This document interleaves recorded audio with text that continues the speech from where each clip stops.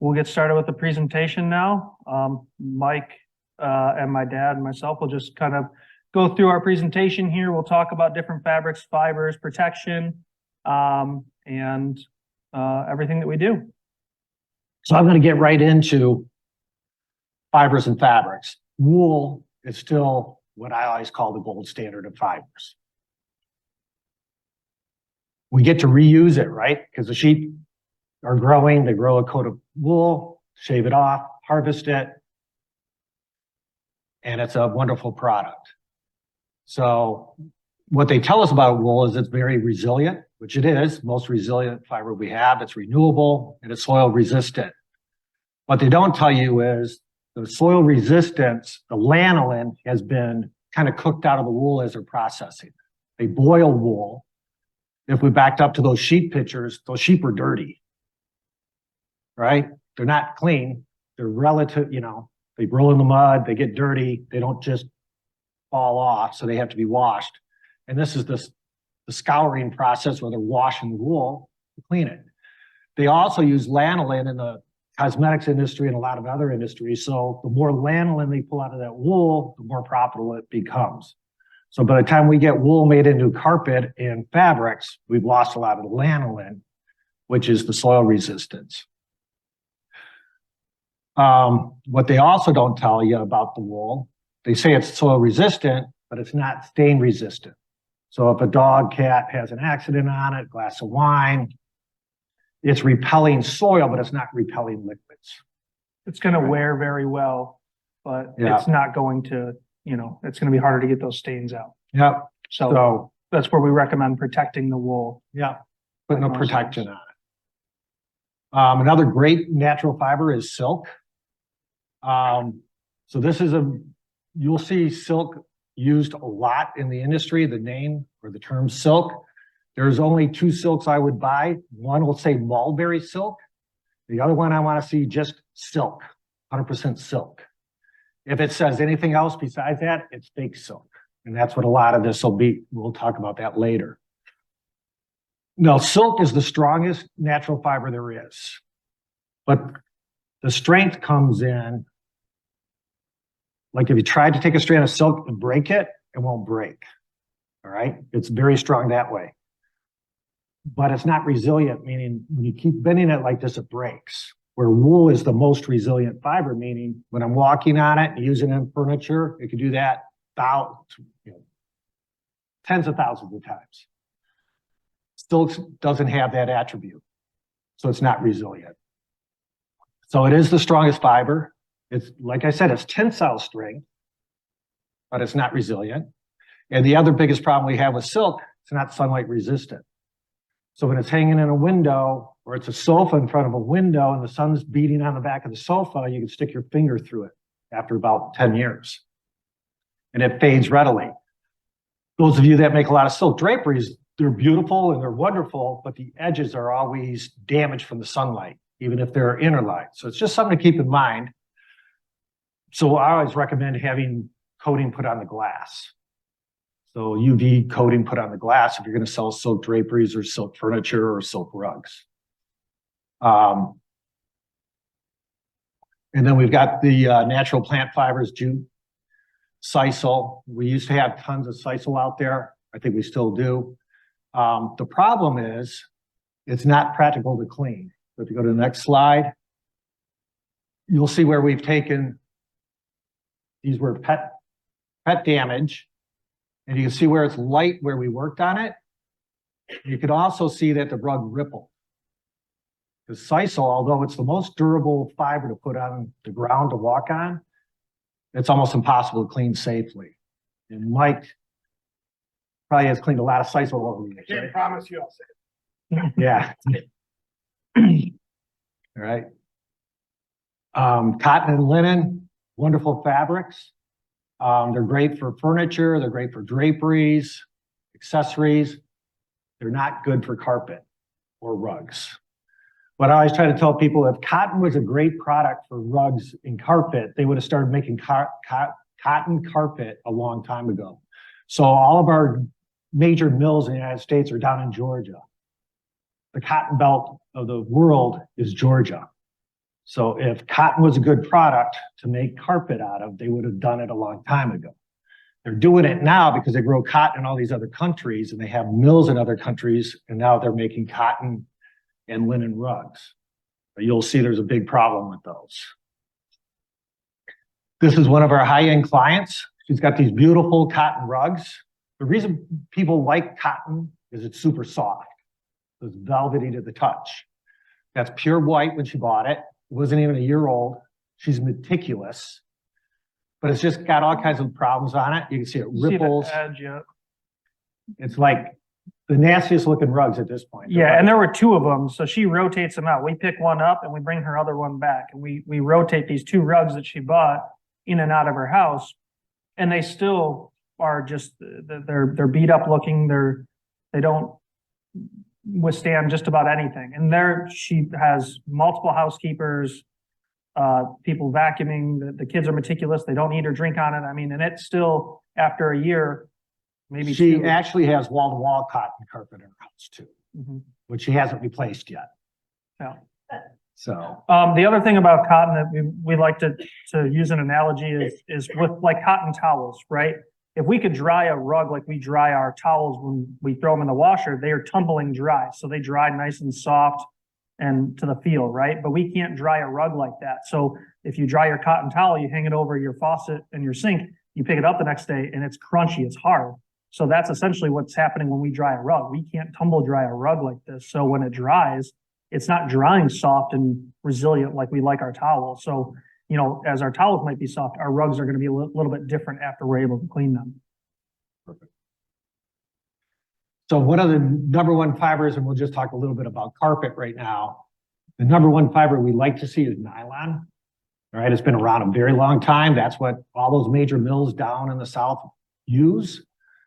Although they still use a lot of wool, but nylon's the number one fiber. And what they show is resiliency. This is nylon, BCF nylon, and it's very resilient, meaning it can bend a bunch of times. And then they had the polyesters, which they flatten and crush down, and then the new triexta. And we'll talk a little bit about these. So this is nylon carpet. So nylon carpets nowadays have protection on them. They've had it for a long time. So they have like a Scotch Guard or a DuPont Teflon. They also have stain blockers. So this was our past dog, but she got into some chocolate powders, and we didn't kill her. She just happened to pass away. We didn't kill her because of this. Because as you can see, with a nylon protected carpet, you can make it look brand new again. Because those soil protectors and the stain blockers make it virtually stain-free. But I won't say stain-free, I'll say stain-resistant. So now they came out with this new polyester, they call it triexta. Because the problem with polyesters are they're very stain-resistant, like almost stain-proof, but they crush really quick. So triexta, they came up with some kind of formulation, chemistry, whatever, but they make it to where it springs back. But it's still not the same thing as nylon. My son Chet is just remodeling a house. Yeah. So we talk about durability. We'll go back a couple slides here. So on the two left, that's the resiliency of the nylon, right? It's going to bounce back at a greater percentage than your triextas or your polyester. So the next two, the blue and the orange one, the light blue and the orange one, those are your typical polyesters. They don't have that resiliency, that bounce back of your nylon. And then triexta is kind of that middle ground. It's still close to a polyester. It's not quite as good as a nylon, but they're trying to give you a blend of, you know, the best of both worlds with it. and I'm going to just stop for a second. So they don't put wool on this chart. Wool would be up here as far as resiliency. So when he was getting into where I was redoing my house, so I have where you walk in, I put nylon in because you come in through the basement and you walk across right up the stairs. It's how you have to get in the house every day. So all the traffic's going to come around the corner like this. Well, if it were polyester or even triexta, you're going to see this, even though this carpet's clean, this was right after we cleaned it, it's still, it looks dirty. So the best way we describe this, we take a clear tube, and this is what it looked like brand new. But as it wears over time with dirt and soil and you walk across it, it's now scratched and abraded, right? So this is still clean up here, right? But it just doesn't look like it. So when you put a bunch of these together, you get this wear pattern that still looks dirty, even though we know it's clean. So this is the main downfall of your polyesters when you're using it in a high traffic area. So We're going to pass out a pamphlet when we're done that we made up, and it just kind of goes through the different carpet fibers, upholstery fibers, pros rug and fibers. cons. Yeah, and where they should be used or not used. Because although this is polyester, if that was in a bedroom or a basement that doesn't get used a lot, it's a good fiber for that. It's much less expensive than nylon, but if you're not going to be walking on it and wearing it out, it could be used there. But if you're going to be using it a lot, like they put a lot of triax on stairs right now, and it worries me because people are going to start complaining about this wear pattern up their stairs because it just looks dirty. You don't think it's worn out because it's 3 or 4 years old, but it's actually worn. So, and then we're going to talk about rayon. So this is probably like our nemesis in the cleaning industry, and rayon's been around a very long time. So rayon is made out of wood pulp, and this rayon is fake silk. So that's why I was saying that the only silk I would buy would be 100% silk or mulberry silk. Only reason it's called mulberry silk is because the little caterpillars that produce the silk are feeding on mulberry plants. So that's your best silk you can buy. But if they call it bamboo silk, or there's some other weird names, it doesn't mean the caterpillar's eating bamboo. What they're doing is they're taking ground up bamboo, turn it into pulp, which turns it into a fiber. They could take pulp, turn it into a fiber, or they could take pulp and turn it into Bounty paper towels or paper, okay? So basically, rayon and viscose are paper, right? They're made out of natural product. They're synthesized or, developed by man. And these are the newest names of rayon that they've come up with. Like beechwood. If somebody saw like when I first saw beechwood silk, I thought, oh, the caterpillars are eating beechwood trees. But now I've realized, no, they're just making wood pulp out of beechwood trees and calling it silk or rayon. So any of those are just fake. And they've been around a long time, or I should say viscose and Viscose and rayon are the most common, obviously, that you'll hear all the time. names. But you'll see 100% art silk on a rug, and you'll think, oh, okay, so I'm just buying a silk rug. And Right. in fact, it's just, rayon, viscose, or what we know as. So another thing I'll tell you about the manufacturers, and this is why I always go back to the manufacturers. Do we call cotton anything but cotton? It's always been called cotton. Wool is wool. All these things have been called the same thing. Viscose and rayon, they keep changing the names. So what they tell you is they reformulated it, and that's why they named it something different. So let's say when they came out with Bimberg, they said, oh no, we made it better now. It's going to be better than it was when it was viscose. It's still paper. All right.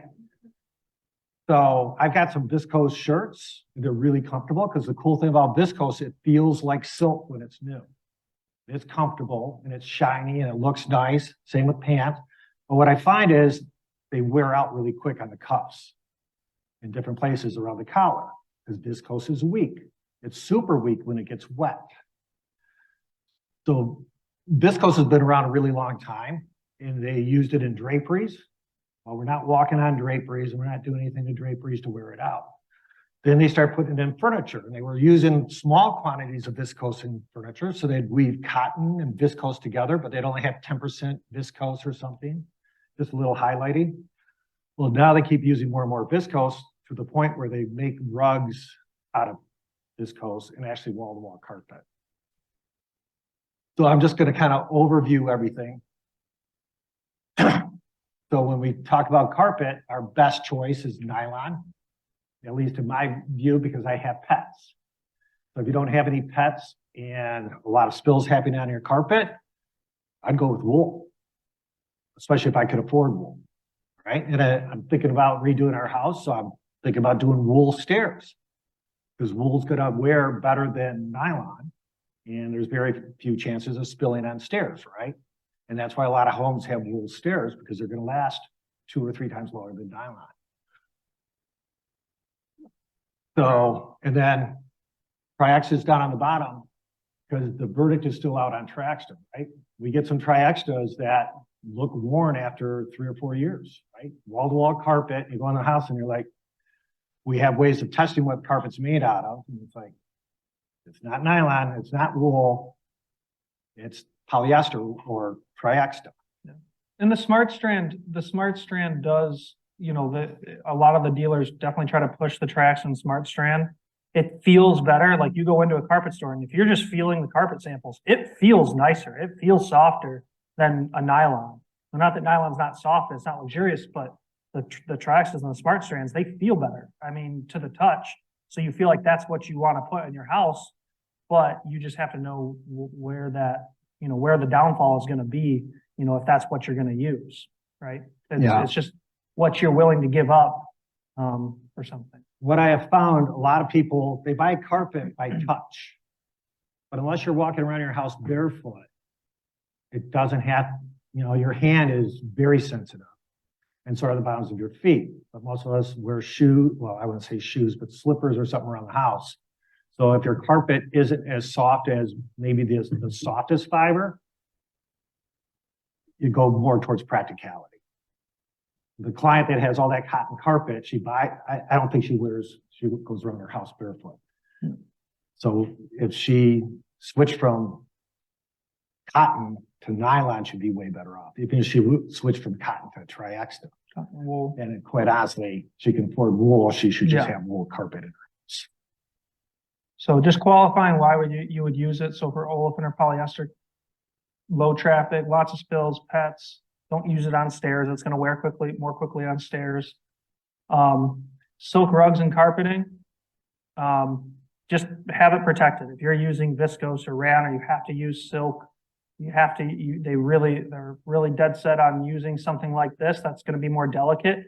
Just make sure you protect it. That's going to be your chance of keeping it looking good for a long period of time. So there aren't too many real good rug dealers anymore. I mean, we've got Gordis Knott across there, so they have some silk rugs. But when you talk to some real old school rug guys, they're like, you know, the silk rugs were made to hang on a wall, or they were a prayer rug that they rolled up and they knelt on to say prayers. They didn't wipe their feet off on. But when I go into the nice homes here, open the door, I look down and I walk in and there's a silk rug laying there in the foyer. And I'm like, it just kills me because I know everybody's walking in there, wiping their feet off on this rug. And like I said, silk doesn't want to do this, right? So it's just not the best place for it. But if a client really wants it, just inform them of what they're buying. So sisal, seagrass, jute, it is durable. If you put it on stairs, we're in a heavy traffic area, you're not going to see it wear out very quickly. It's just like rope essentially, right? But if you have any spill or pet accident, it's almost unsavable. It's extremely difficult to you know, stain a rope and try to get a stain out of that rope, even running it underwater, doing whatever you want. I should have brought some sisal, but the construction, when you go to vacuum it, doesn't allow the soil to come out from underneath those tufts. So we have a machine in our plant, a rug cleaning, it's a dusting machine, but you can put rugs upside down in it and it vibrates. The sisals would be loaded with soil because no matter how much you vacuum, the soil's trapped inside those rope tufts. So it's very impractical, very unhealthy to have around. It looks good, right? Some people love that look, but it's just not a practical fiber. They do make a wool that looks like sisal, very practical, because it just has that sisal look, but it's not that same hard, unbearing tuft. So with viscose and rayon, the things they tell us it does have high dry rub durability. So it'll say 50,000 dry rubs, right? Well, what we find in dry rubs, that just means I can take this and rub it 50,000 times and it's still going to look okay. What they don't tell you is when this gets wet, right? If I were to get this wet and pull it apart, it's going to pull apart like a piece of paper, right? So what happens when you drop a little bit of water in, even if it's water, it doesn't even have to be a pet spot or a glass of wine. As soon as that gets wet, you go to touch it, you're gonna distort that like paper. So it's not actually durable, even though it'll say it has so many dry runs, right? They say it's renewable and they say it looks great and it's very soft. I mean, it does look good and it is soft and it's shiny, when it's new. But what they don't tell you, it is very weak when it's wet. It's toxic to reproduce. And when it goes bad in 3 years, where do they go? They end up in a landfill, right? Essentially it's just creating a bigger problem. So if you do have to use it, we just recommend protecting it and, if at all possible, not to use it. So try to break it first. if I want to break it, I can break it, You gotta pull super. but I got to pull really hard.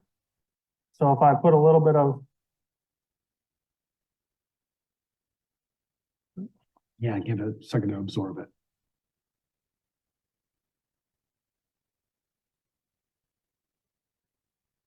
And the longer you let it set in that water, the weaker it becomes weaker and weaker. So imagine a pet urinating on a rug or on furniture that's 100% rayon.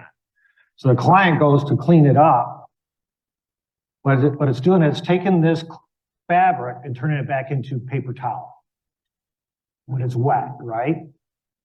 And that's why customers like, I hardly touched it, and they've got this like worn out looking spot. They didn't do anything wrong, right? It's the fiber. So. Yep.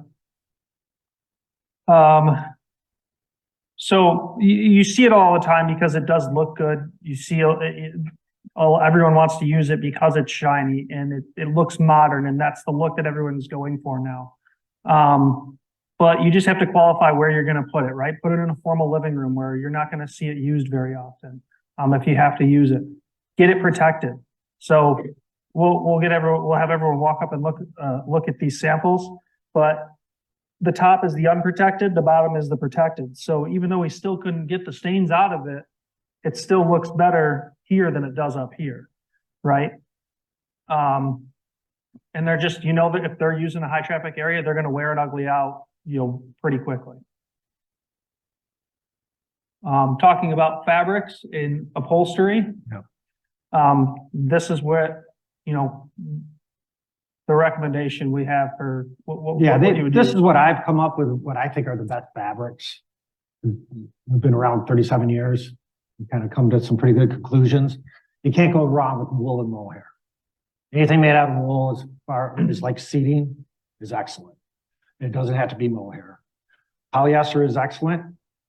So is nylon. You don't see a lot of nylon in upholstery, but we see a lot of polyester. Acrylic is all the umbrellas. We're seeing more and more acrylics being used in the home. Restoration Hardware used to sell tons of just real linen. And now they're selling a lot of performance fabrics. And honestly, if you walk into a house, you can't tell the difference between acrylic and linen, because they've gotten really good at weaving acrylics and polyesters. So polyesters and acrylics can all be made to look like these natural fibers. They're not quite as comfortable, but they're very practical. So if somebody's got a family room sofa where the kids are eating and they're watching TV, I'd rather have acrylic, umbrella, or a polyester that I can spill on it and abuse, and it's going to clean up. Everything has their pros and their cons, right? Like Restoration Hardware seems to always come up because that's what a lot of people have now. Their Belgian linen is going to brown out, but their performance fabric, if it's polyester or your polyesters and acrylics, they can pill if they get a lot of wear, right? So you see a lot of the acrylics with pilling problems. So that is to note, like, yes, it might be high traffic, but I'd rather have it pilling than browning out or not be able to get stains out of it, or, so it's not like there's not one fabric that is just the end all be all, like, hey, you just got to get this, because they all have their pros and cons. We can't tell you that there's one superior fabric to another because, there are downfalls to everything on there, right? Some of them just have more than others, like rayon and viscose. One thing, if you want like bright colors in something, acrylics, polyesters, nylons, they don't dye like that. So like a real silk When they dye it red or some color, it's got that color in it. It's just vibrant, where the synthetics don't do that. So that's why you have those other fabrics. I'm going to bring up kryptonizing. So everybody knows what krypton is here. You can send fabrics in. You got to buy like a bolt, but you send it to them and they kryptonize it, which means they're putting it through a bath of protection and then drying it. So the fabric is front and back, 100% immersed in the protection, and it's really, really good stuff. So you could take your cottons and your rayons and you can kryptonize them. Back in the day, Krypton would only protect fabrics that only had 10% rayon. All right, now they're allowing more to go through. They just do more testing to see if they can put their stamp of approval on it, so to speak. But I know back when I first started doing this, that's what it was. Yeah, now that up to 100% viscose fabrics will see kryptonized, which, you know, creates a problem for us because they stain it. It doesn't mean it's, you know, you can still create a stain. You can still press a stain into almost any fabric, no matter what it's protected with. But now we run into more problems when we have to try to clean that, right? If it's a water-based stain, I need a water-based method to remove this stain. So then I have to start dealing with the problems that viscose arises with cleaning. Is it going to shrink? Is it going to brown out? So these are all the issues that we're going to start to come across when we have to clean. Even if it's kryptonized, it doesn't make it bulletproof, right? Same as our fabric protection, our diamond protection that we'll talk about. It's going to make it a lot better, you know, the closest thing we have, but it doesn't mean it's, you know. A phrase I kind of use is I take an impractical fabric and make it more practical. That's all I'm doing. I can't take rayon and make it as practical as nylon, but I can take rayon and make it more practical than Bounty paper towels. So, Oops. I had a different, there we go. yeah.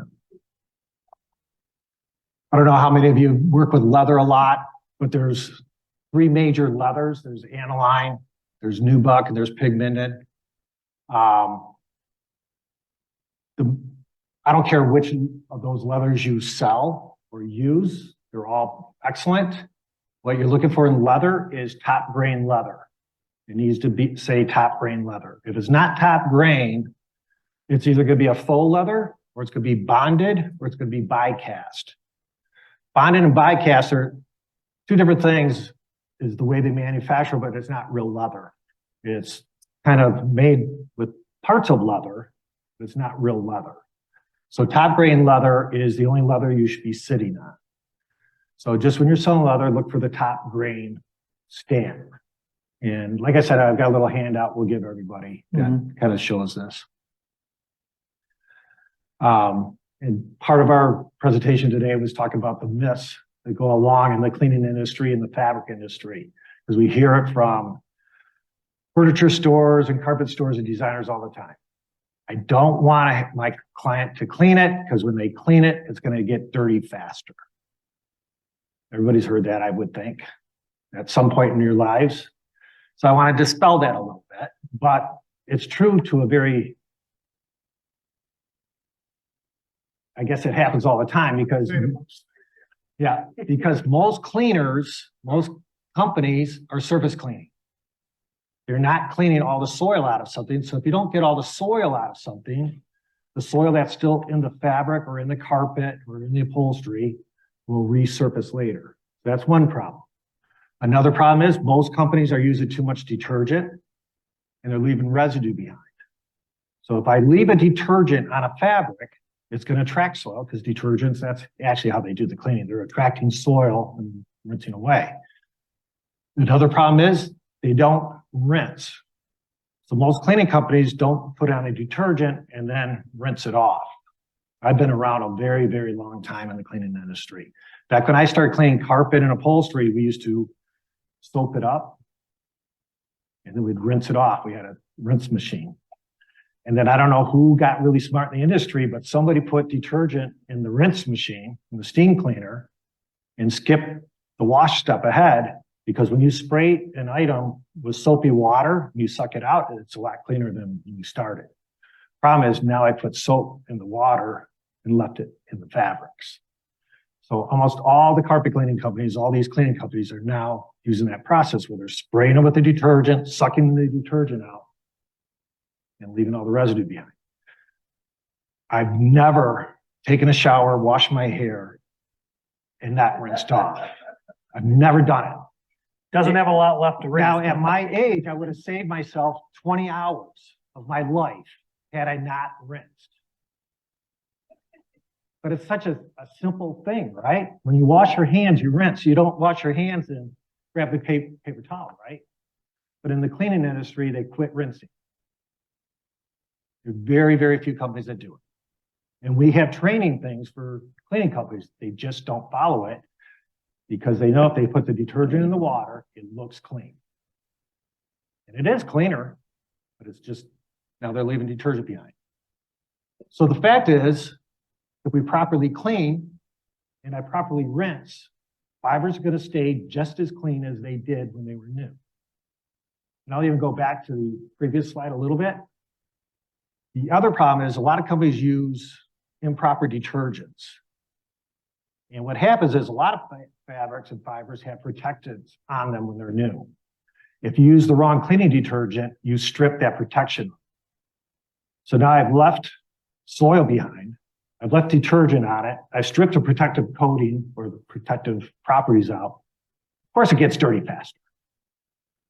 I did everything wrong as a cleaner, and they call themselves professionals. So, enough of my soapbox. Yeah, so we also, when we talk about cleaning, we want to, he didn't get into it, but we want to remove the dry soil first. If any of you have ever had us out to clean, or if you've seen how we've cleaned, we talk about removing the dirty soil first. So before we got into rinsing, that's the first major step that everyone skips as well, is removing all the dry soil, right? If you don't get all that dry soil out, you get something wet with their detergent, you're just going to essentially turn that into a mud base, right? And then you're never going to be able to get that out. On top of it, then they're leaving the detergent behind and all the residue. So that little demo. yeah, we can get to it. We'll get to it after. So we'll get into some cleaning things in the demo when we're done with the slideshow here. But so if properly rinsed and cleaned with a rinsing agent, you'll leave no residue behind. So essentially, I don't have to worry about the myth here that if you clean it, it will get dirty faster. No, it's going to make your fabrics and your fibers last longer because I've removed all of that soil, right? It's not going to get dirty quicker if it's cleaned properly and left with no residue.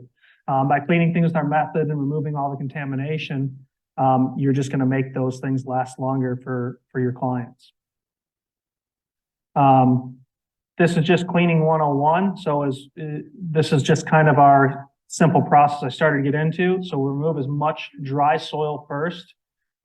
So he talked about a duster that we have at our shop. So if we're cleaning a rug in our shop, it goes into a big tumble duster, tumbles around, tumbles all of the dry soil out. So then we can start the soil suspension process. Here we'll talk about the cleaning pie. Those are the next couple of pages. But it comes down to solution, heat, agitation, and time. So when you think about cleaning, it's like just cleaning dishes or your dishwasher or your laundry machine. It's the same concept in anything that we clean. Rinse whenever possible. There are very few solutions that don't need to be rinsed. There are a select few like commercial solutions when we're cleaning commercial carpets that you can apply. They're like encapsulation products that you don't have to rinse. And dry, speed dry and get things as dry as possible. So this helps with other problems such as resoiling or browning out. You'll see some things we have here that didn't dry fast enough. This talks about the cleaning pie solution, heat, agitation.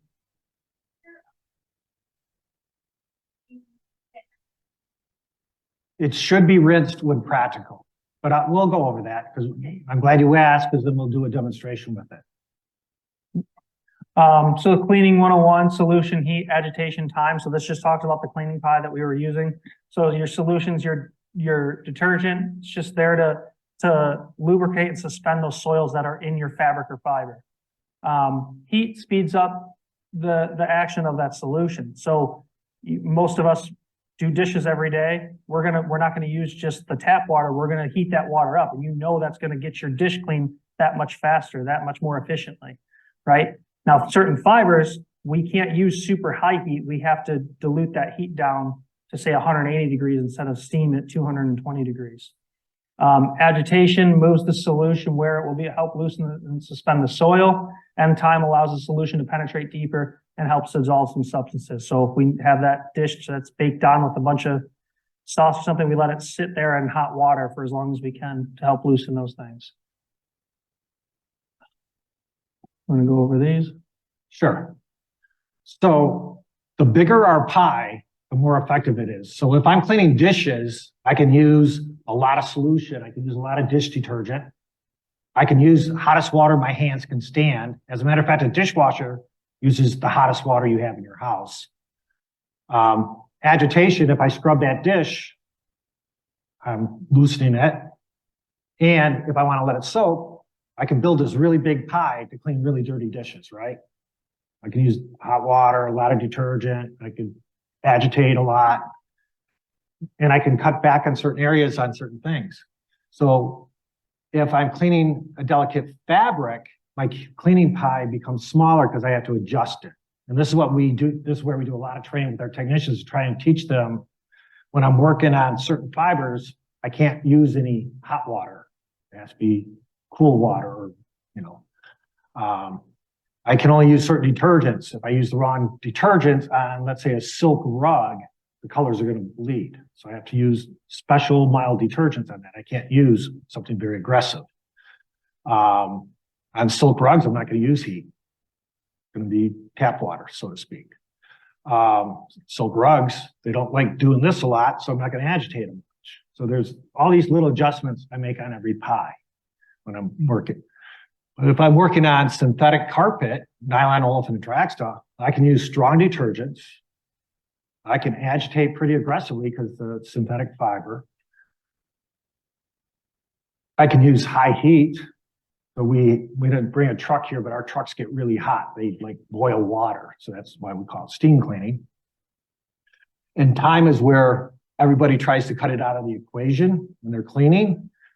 But we've learned we can incorporate time into our cleaning process when we're in a house, when we're cleaning certain items. So hand knotted rugs, I'm jumping around because I just looked up. Yep. But when we're cleaning wool rugs at our shop, Mike kind of in charge of that department, we have to use a semi-mild detergent. We don't use much heat because we don't want to disturb the dyes, but we can leave the rugs on the floor after we put detergent on them, a little bit of agitation, and we can let them just sit there.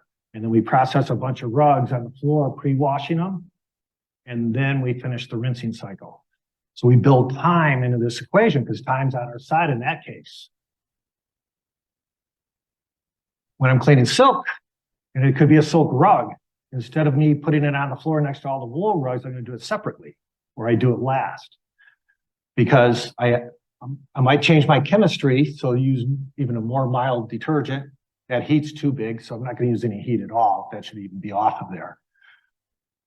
Very little agitation, and I don't want to leave the detergents on there a long time. I need to get them off quicker. So time's not on my side when I'm working on silk.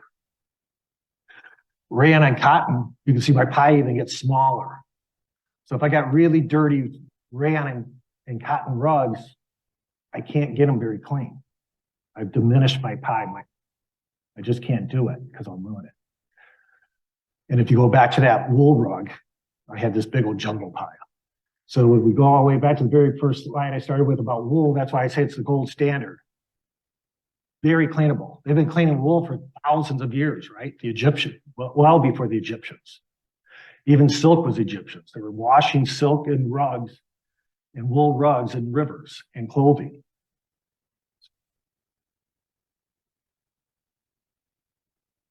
I'll probably handle this. So there's 3 different methods that we can clean them. There's wet clean, that's what we've discussed the whole time here, which is the best way to clean. It's better for our environment because when I'm cleaning with a dry cleaning solvent, one of them is gasoline, one of them is kerosene. And what they've done is they made these synthetic solvents that don't smell like gasoline and they're not flammable, but they're still liquid solvents. and they're not good for the environment, but we can still clean with them. So that's one way of cleaning. That's how we clean most draperies. Dry cleaning solvent in a machine, and it's all sealed up. Then we have what's called dry compound. We'll show you this in a minute. Dry compound's pretty safe. And then we have wet cleaning. Wet cleaning is what we prefer to clean with. It's safer for our employees, ourselves, the environment. And that's what, like I said, we can clean wool, silk, all these other fibers, wet clean. When it comes into the rayons and viscoses, we're going to dry clean. So a dry cleaning solvent, it's a liquid. So just so you know, so we have these big dry cleaning machines, they have a liquid in them. It's just not water, it's a solvent. If I put a piece of paper towel in the dry cleaning machine, I love doing this demonstration at work, is you put a piece of paper in the dry cleaning machine, it comes out a piece of paper. You put a piece of paper in a washing machine, it comes out, it doesn't come out, it's just gone, right? Dry clean is great at removing oily soils, soot, and dust. It doesn't remove any water-based stains. So it won't remove perspiration. It doesn't remove pet stain. It virtually doesn't remove anything we eat or drink, which is all water-based. So a lot of our customers are like, well, you have to dry clean this. Well, your dog peed on it. I could dry clean it, but it won't remove the urine. It's impossible. It's chemically impossible. It happens a lot with draperies too. Like you get the draperies that are sitting close to the floor, and you get the dog that comes up and pees on the side of the draperies. And most draperies are dry cleaned. We want to dry clean draperies if possible. But again, we're not going to be able to. We're going to have to wash at least the bottom of that drapery in order to get the urine out of it. There's no way dry cleaning is going to take it out. So dry clean is very limited into its use. Like he said, we're going draperies, window treatments is where we use dry cleaning most. It's just not effective on upholstery. The soil you get on upholstery that you're sitting on has perspiration, has a little spill here and there. Saliva from pets, even if a pet never has an accident, you know, there's weird stuff with dogs and cats. So we need to wet clean upholstery. Mm-hmm. So that's where we're talking, it won't remove the beverage stains, the perspiration, the saliva. It doesn't remove most odors because a lot of your odors are water-based odors, if you think about it, right? And it's not good for the environment. We've got new solvents that are much better for the environment, but I'm still not allowed to take a solvent and pour it down a drain, which tells me it's not perfectly safe. I can't drink a solvent. So that's why I wrote some solvents are safer, but they're not as effective. The safer the solvent seems to be, the less aggressive it seems to be, right? We used to use this stuff called perchloroethylene. It was a good solvent, but it causes health problems later on in life. So we got rid of it. We even started where, you know, even all the blind cleaning is done now, wet cleaning. Yeah. If we can wet clean it, we want to wet clean it because we know it's more effective at removing soil contamination and everything. The only thing that we only dry clean if we have to, if the fabric calls for it, if we don't have a water soluble stain on that fabric, or we know that fabric's going to be a problem for us, a drapery or a rayon viscose, you know, we're only dry cleaning where It's pretty interesting in the dry cleaning industry because I get all their magazines and everything is most dry cleaners now have like a wet cleaning department on the side of their dry cleaning machine. Because what they want to do is take your clothes that they know can be safely wet cleaned, and they wet clean them. Because the little unknown fact about dry cleaners, we have what is called industrial waste. The spent stuff coming out of a dry cleaning machine has to be hauled away, and you spend a lot of money doing that. So what they've realized is if they can wet clean a lot of the clothes you take to a dry cleaner and they do it safely, they don't have any of that waste and they're hardly using their dry cleaning machine. The next is compound cleaning. That's what this is here. Want to explain it? Yeah. No, there's So compound cleaning. So if we have a rayon or a viscose rug that doesn't have water soluble stains on it, it's just generally soiled. They want to clean it in a safe manner without getting it wet. we can use this dry compound, right? So you want to explain what the compound's made up of? Yeah, so this is kind of made like corn stalk. They grind it up and they add detergent to it. So this has a little detergent and it's just a powder. It looks like baking soda or something. So the whole idea here is I can sprinkle this on a viscose rug or something that I didn't want to get wet. We have a machine that grooms it in. We didn't bring that in because what we've discovered is bringing in all this equipment is just loud and you can't work around it. But let's say we take a broom or this machine and work this powder into the rug or the fabric. And that powder is like millions of tiny little sponges mixed with a mild detergent that will absorb into that powder as it dries. And then we vacuum it away. And it dries like within a half an hour, so we're able to do that whole process pretty quick. But that's what we call dry cleaning or compound dry cleaning. The problem is it's not real effective. So what we try to teach our clients that have these viscose rugs or a linen rug, we've got to do this 3 or 4 times a year. Because if you wait a year to clean this rug, you're going to have problems. We're going to have to wet clean it normally. If it starts to look dirty before we do this, it's going to be a very low percentage chance that we're going to be able to make it look new again. If you do this before you start to see the wear in the soil and you continue to maintain it like that, then we can continue to keep it looking new down the road, at least for a longer period of time. Wet cleaning, this is what we've been talking about most of the time, but it's detergent and rinsing. It's the most environmentally safe. All the products that we use for 99% of the products that we use are green and plant-based, so they're environmentally friendly. They're safe for pets, kids, children. This is why we like to wet clean everything if possible. They're safe for most everything that we clean, synthetics, wool, silk. We can clean viscose, rayon, things with wet cleaning if we do the ample amount of testing. What we find is we just test everything that we clean. If it's not synthetic, it's getting tested. We do extensive testing when we're cleaning a natural fabric and to make sure that we're not going to cause problems that will go. I want to bring up the reason we can safely wet clean a lot of things that normally wouldn't be wet cleanable. Let's say a silk sofa, right? Is because of the training that our technicians go through on how to use the tools and the moisture properly. So we're cleaning a delicate fabric like a silk or something that has a lot of rayon on it.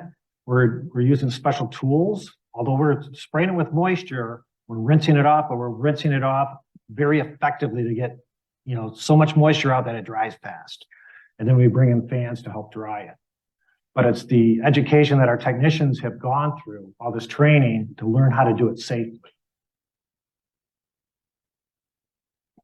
So why do most customers clean their furnishings? So if someone just looks Chet's cleaning up on the internet, they're calling us probably because they have something that looks soiled, right? It's appearance-based. They're calling us because something's starting to look soiled, or they got a spot or a spill or have an accident. Sometimes they might call us because they want their product to last longer, to have a longer service life, or they're doing it because it's healthier, right? But this is in order of why people call us, but in reality, it should be in reverse. They should be calling us because it's healthier to remove the contamination out of their home, to remove, the toxins that we bring into our homes. We've done a lot of research on what we find in our homes, the pesticides, the herbicides, PCBs, these toxins that we bring in from our outside environment. They end up in these filters, our carpets and our upholstery, our window treatments, right? So we know if we clean them, we're going to live in an indoor healthy environment, right? So that's why we should be cleaning at more of a maintenance level before things look dirty. It's going to help those things last longer, right? So we'll do a soil test here in a few minutes and you'll see the amount of soil that comes out of the carpet here. If that soil's in there and it's abrading the fabric or fiber, it's not going to last as long. It's going to wear down and it's going to wear out at a much quicker rate. And then you're going to get your calls for spots and spills in heavy traffic areas. But this is why they should be calling us instead of, typically why we're getting called into most places. So this is another myth that I've heard a lot is, people are always like, well, if you clean it, you're going to damage it. I can safely clean silk 50 times if I do it gently. But if somebody lets their silk sofa get all trashed out and it's got all these spots and stains on it, then I have to be aggressive. I'm going to use more agitation. I'm going to be, using a stronger cleaning solution. But if I use a really mild cleaning solution and do it gently, I can clean it 50 times. It's not going to hurt it. But that's where we've had this myth where people are always afraid. They back off from cleaning until the appearance is so bad they have to clean it. That's wrong. We need to start teaching people to maintain it. We brought up leather a little bit. People think they buy leather and they never have to do anything. Mike's got a rip in his upholstery in his car, right? If that upholstery was cleaned and conditioned often enough, it will never rip. It just won't if it's top grain. Our skin dries out all winter, right? I'm sure everybody in this room used some moisturizer all winter. Leather hasn't had moisture in it since the day you bought it, in most cases, right? And they moisturized the heck out of it when they were, producing it. But then we buy it, we put it in a hot, super dry environment in Michigan in the wintertime, right? Our houses are arid. It's drying out that leather. If we get people to clean and condition, mostly condition their leather, it'll last virtually forever.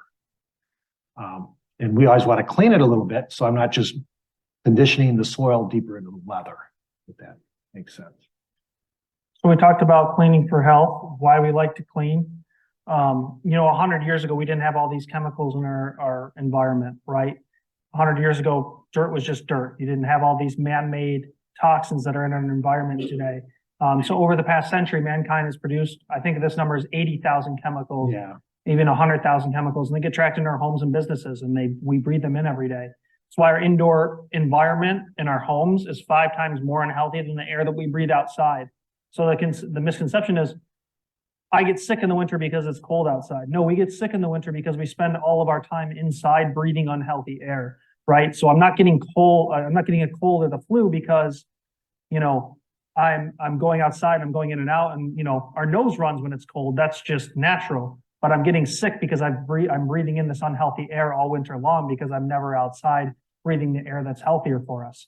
So even though I'm not breathing in, it's not super unhealthy, but these low levels of exposure over a long period of time is what can have these adverse effects on our bodies.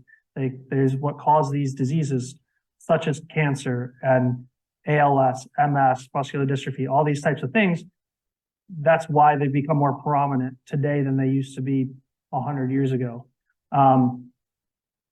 Also, we have pets that are attracting these things into our homes, right? We can try to wipe their feet off, but inevitably, if you have pets in your home, our homes are much dirtier than they would be otherwise. We have 3 pets. We have 3 dogs right now. So I used to try to wipe their paws off, right? And then I did an experiment one time. I took my dog and I put it in the bathtub and the water turned into like mud because all that dirt is up in their pads, right? So that dirt, now, had I let my dog run around on the carpet for an hour, I would have had a lot less dirt in their paw pads because as it was drying out, it was falling down into my carpet. But it was a good experiment for me to realize just wiping off their paws doesn't do anything. It's like it helps, but it's not. Yeah. And then I realized I saw a slide one time of a dog walking away, and I realized dogs don't have diapers, right? So they just went out in my yard, went to the bathroom, and they're in my house running around. And what's going on here? They don't get to take their shoes off like we get to take our shoes off, right? Like it's one of the first things we recommend to keep your house cleaner to our clients when we're in cleaning. Take your shoes off at the door. He has to wear shoes because of his feet. He just wears an inside pair of shoes. So, it helps keep your house cleaner immensely. So for you guys, your clients, make sure they have an inside pair of shoes or they're taking those shoes off. So we talk about these chemicals that are in our environment, right? So, we don't use pesticides and herbicides in our lawn like we used to. But our neighbor does. He's got the most beautiful green lawn you could ever imagine. So it's fertilized and herbicide, all kinds of stuff going in it all the time. Because on his property doesn't mean all those chemicals are not drifting. They actually call it drift. Chemical drift is getting into my carpet in my home in all my furnishings, right? So no matter how clean I am, I can't be perfect. So what I've realized, and a lot of this all stemmed from years ago, you knew Jim Mung and my Sally. We had a friend of ours that passed away of ALS, 16 years ago, I think now, and he did a lot of research on what you could eat and drink, but it sparked his interest into, the things that we're finding in our home and the air that we breathe every day. Because it's not just what we eat and drink, but it's also, what else is going into our body. And that's where we got into why we're so passionate about cleaning for health and cleaning for the right reasons. It's not just because we know it's healthier. We've had firsthand experience. Her brother died of muscular dystrophy when he was 18. So we've had these things that have happened to us in our lives that that's why we're coming from the place that we come from, because we know it as a fact that, we want everyone to live and breathe in a healthy environment. So there's tons of research about low level, long-term exposure. So when I was my son's age, when I started the business, I was invincible. But now that I'm 64, that's right. Will you still love me? So, but you realize, so I've been building up toxins in my body my whole life, because some toxins never leave. The heavy metals and some of these pesticides and herbicides, they get stuck in your body forever. So my job, or our job in our industry, is to get as much of that toxin out of some of these carpet or their upholstery or their draperies or their furnishings as humanly possible. So they're living in a healthier environment. Because this is kind of a good example, now that I put that, if this were really dry contamination and I walk across it, I'm stirring some of that up. So when your furnishings have this contamination in it, you walk across carpet or you sit on upholstery, you're pushing it back into the atmosphere and you're breathing it. So that's why we want to get as much of that out as possible.